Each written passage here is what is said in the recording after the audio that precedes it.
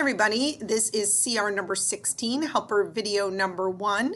It says simplify 3x plus 2 times the value of 4 plus 2x. All right, first thing you have to remember is this.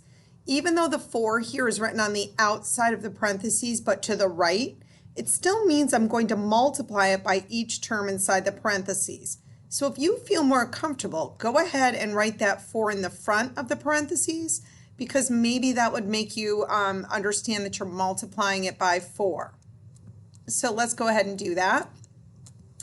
I'm then going to circle what's on the outside of the parentheses. If there's a sign in front of it, don't forget I circle that too. I multiply it by each term inside of the parentheses. 4 times 3x is 12x. A positive times a positive is a positive, and 4 times 2 is 8. I then just bring down the positive 2x because that was not a part of the parentheses.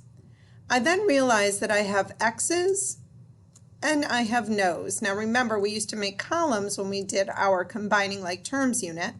So I'm going to go ahead and put my x's under the one column. I have a positive 12x and a positive 2x.